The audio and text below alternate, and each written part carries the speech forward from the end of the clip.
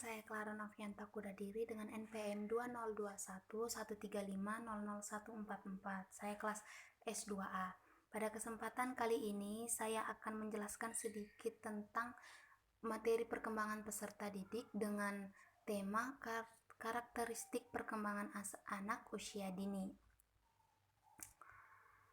Menurut Calvin dan Gardner, masa kanak-kanak merupakan gambaran manusia sebagai manusia. Perilaku yang berkelainan pada masa dewasa dapat dideteksi pada masa kanak-kanak, dan menurut Sigmund Freud, yaitu child is father of man.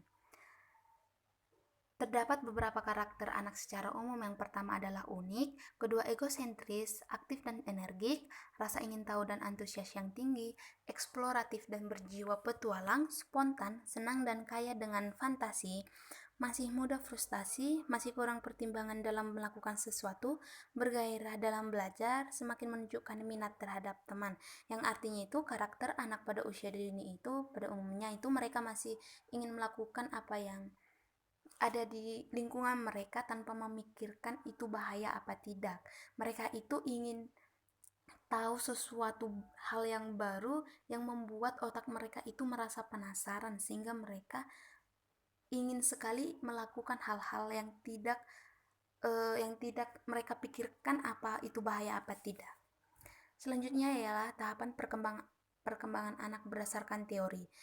Yang pertama ialah periode prenatal, yaitu masa perkembangan anak terjadi dalam rahim ibu, yaitu mulai pembuahan hingga kelahiran, yaitu kurang lebih 270 sampai 280 hari atau 9 bulan. Yang kedua adalah masa bayi yang terbagi, yaitu yang pertama masa neonatal, yaitu 0 sampai 2 minggu, dan yang kedua ialah masa bayi di mana 2 minggu sampai 2 tahun.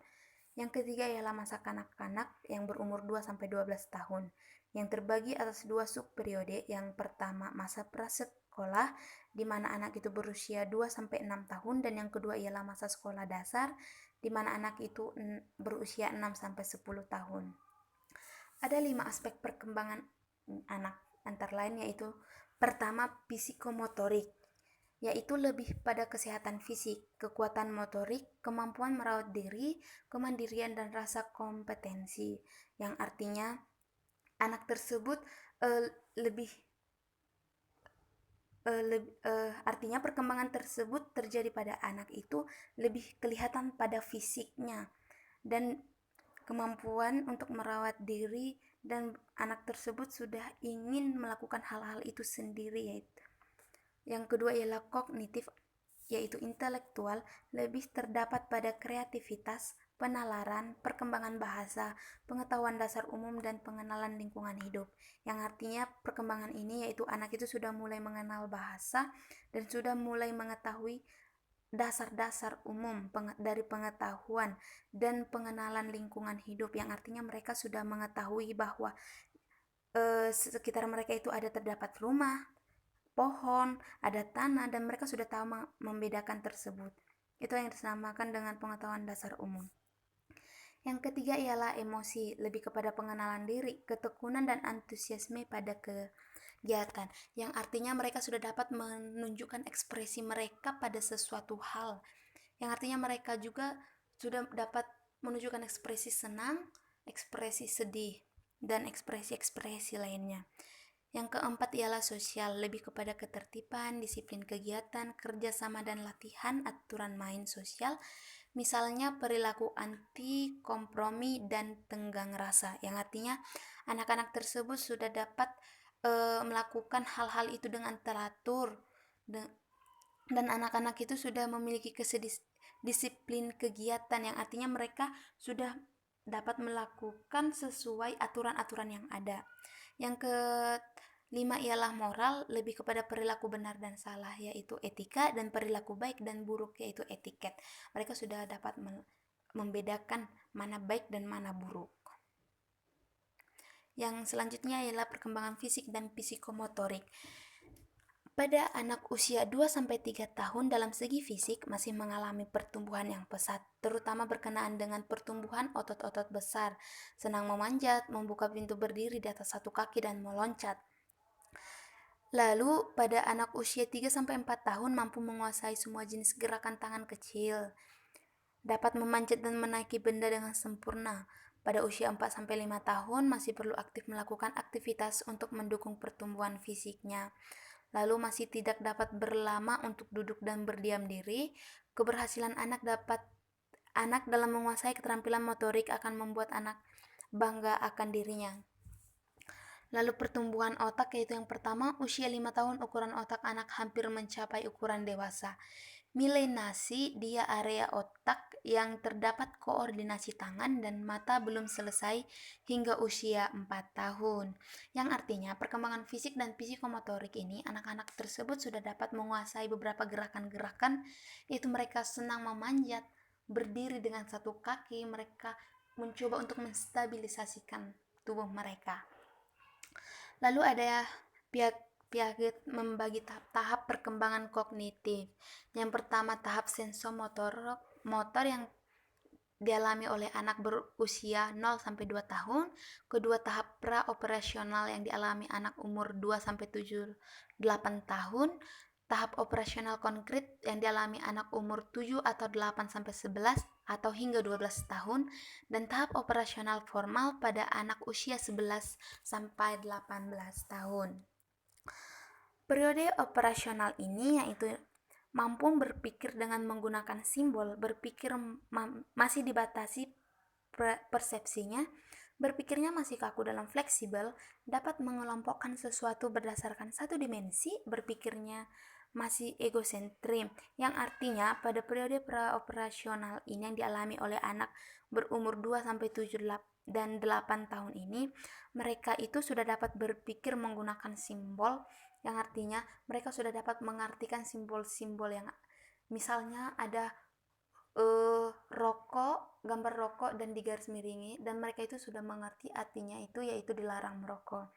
Dan mereka juga cara berpikirnya masih dibatasi oleh persepsinya, yang artinya masih dibatasi oleh asumsi-asumsi yang ada di otak mereka, sehingga mereka masih dapat membatasi apa yang harus dilakukan atau apa yang diperintahkan oleh otaknya.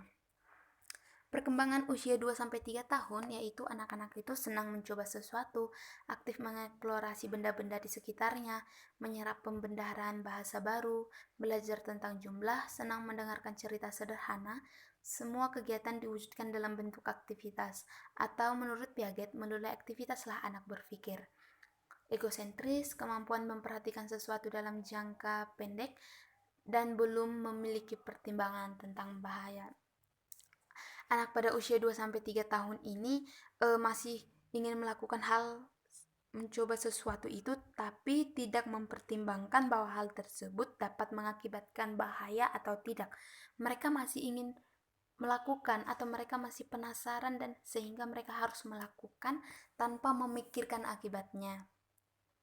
Selanjutnya ialah perkembangan anak usia 3-4 tahun. Mereka itu sudah egosentris, masih melekat, lebih kooperatif, aktivitas dapat dilakukan lebih lama, memiliki fantasi yang kaya, belajar mandiri, tingkat frustasi lebih menurun, mulai dapat berhitung dengan jumlah sedikit, mulai mengenal huruf. Nah, pada anak usia 3-4 tahun ini, anak-anak ini sudah belajar mandiri, melakukan hal-hal atau melakukan sesuatu itu dengan sendiri, dan mereka sudah mulai tahu berhitung walau itu dengan jumlah sedikit, yang artinya 1+1 sama dengan 2, dan mereka itu sudah mulai mengenal yang namanya huruf. Lalu perkembangan anak usia 4-5 tahun, anak itu rasa ingin tahu dan antusiasnya masih kuat, adventurousness, banyak memperhatikan, membicarakan, bertanya tentang banyak hal, lebih mengenal tubuhnya sendiri, makin berminat untuk berteman, kemampuan untuk memahami pembicaraan semakin meningkat, keterampilan komunitas meningkat, dan anak masih memerlukan waktu dan cara yang tidak terstruktur untuk mempelajari sesuatu, serta untuk mengembangkan minat dan kesadaran akan bahan-bahan tertulis. Yang artinya anak-anak pada usia inilah anak-anak ingin mengetahui apa yang mereka lihat, sehingga mereka ini sangat sering bertanya pada orang, ini apa, ini artinya apa, gunanya apa. Dan pada anak usia inilah pertanyaan-pertanyaan itu banyak muncul dari otak-otak mereka, sehingga mereka mereka berani membicarakan kepada orang lain untuk mengetahui apa sih yang mereka ingin tahu itu. Lalu ada yang namanya perkembangan sosial, perkembangan emosi, dan perkembangan moral. Yaitu perkembangan sosial itu mampu beradaptasi dengan orang lain, perkembangan emosi itu mampu mengatur ekspresi mereka, dan perkembangan moral itu mereka sudah dapat mengetahui, dapat membedakan mana yang baik dan mana yang buruk, mana yang benar dan mana yang salah. Lalu ada tugas-tugas perkembangan, yaitu fase dijalani atau dihadapi oleh setiap individu yang berkaitan erat dengan perubahan kematangan, prasekolah, pekerjaan, pengalaman, beragama, dan hal lainnya sebagai prasyarat untuk pemenuhan kebahagiaan hidupnya. Tugas perkembangan masa bayi dan prasekolah yaitu belajar memakan makanan padat, berjalan berbicara, mengendalikan pembuangan kotoran tubuh, mengenal perbedaan jenis kelamin, mencapai kestabilan fisik, mengenal konsep sederhana tentang kenyataan alam dan sosial, belajar membedakan baik buruk, benar salah, atau mengembangkan kata hati. Yang artinya anak tersebut sudah mulai belajar memakan makanan padat, yang artinya mereka sudah tidak memakan bubur, dan mereka tersebut sudah dapat berjalan dan berbicara, dan sudah dapat mengontrol dirinya, dan mereka sudah dapat membedakan jenis kelamin antara wanita dan pria, dan mereka sudah mencapai kestabilan fisiknya. Sekianlah penjelasan saya tentang karakteristik perkembangan anak usia dini. Adapun kata atau tingkah yang salah mohon dimaklumi, dan semoga materi ini dapat bermanfaat. Terima kasih.